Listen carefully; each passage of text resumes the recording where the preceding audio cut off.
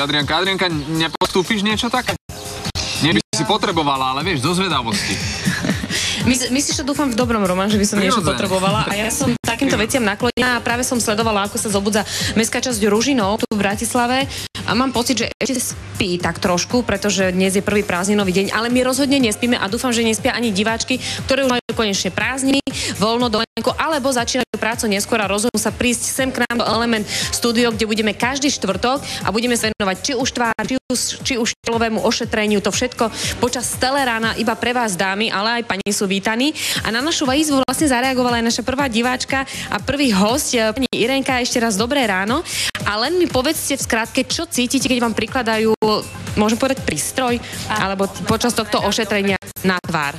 Príjemné teplo.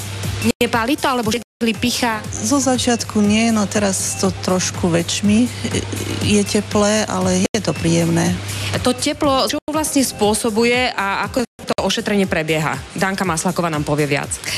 Práve tu na zákazničke vidíme práve tie ochabnuté partie, tváričky toho krku a dekoltu, na ktoré je fantasticky vhodná táto rádiofrekvencia. A to, čo robí moja kolegynka Kátka, tak v podstate prikladá daný prístroj rádiofrekvenciu, kde prechádza medzi jednotlivými pólmi, ktoré môžeme vidieť na tejto hlavici. Prechádza špeciálna termovlna.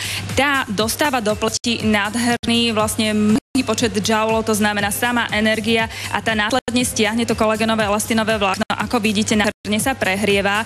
Prehrieva sa ale iba medzi 41 a 48 stupňov. Takže poškodí to. Vôbec to nepoškodí. Poškodí to jemne vnútorne, ale na povrchu je v pohode. Každá žena schopná ísť znova do práce po tomto ošetrení úplne v pohodičke. To červenianie potom zmizne a ešte ste spomínali to ošetrenie, koľkokrát treba absolvovať, aby sme videli nejaký ten efekt. V tomto prípade, keď už takáto, povedzme, že tá tvár staršia, už je tam viac vidieť tú uchabnutú kožu. Treba si uvedomiť, že toto už je naozaj zrelšia koža, kde potrebujeme pre ten výsledný a trvalejší efekt minimálne 6 návštev. Tie návštevy sú v rozmedzi 7 až 10 dní práve kvôli tomu, ako vníma tá koža, aká je citlivá a to vlastne my doláme s danou klientkou.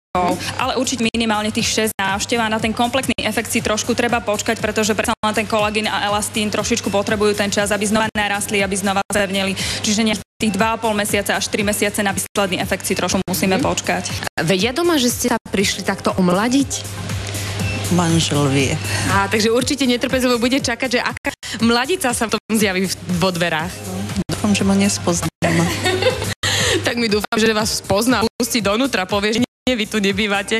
Takže milé dámy, pokiaľ aj vy máte chuť vyskúšať si práve takéto ošetrenie alebo veľmi podobné ošetrenie, každý štvrtok tu budeme pre vás. Ja budem veľmi rada, keď sem prídete medzi nás, keď sa aj porozprávame. No a následne toto je teda prvé ošetrenie, čo potom s tou pokožou, aby sme mohli vyjsť na slnko, pretože dnes je naozaj krásny slnečný deň a mnohé dámy sa boja práve toho po ošetrení, akomkoľvek ošetrení vyjsť na slnko. Vôbec sa netreba báť, rádiofrekvencia naozaj to začervenanie krásne ide, ale netreba zabúdať, že je to len termolifting, čiže vypnutie pokožky a netreba zabúdať na to, že potrebujeme nejakú výživu, nejakú ochranu. Následne po tomto ošetrení si ukážeme aplikáciu kyslíkovú špeciálneho luxusného séra s platinou. Takže v ďalšom vstupe, ktorý bude už po 8, to opäť sa vráti do tej prvej miestnosti, kde sme boli v úvode, tak tam budeme na tvár aplikovať kyslík a platinu.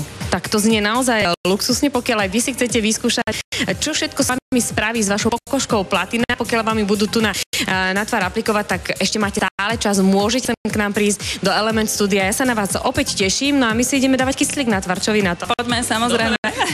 Takže Lenka, Roman, máte slovo. No, veľká škoda, že ja nemám kyslík, ale mám helmu zase na druhej strane. Čagrmi. Ja si dávam kyslík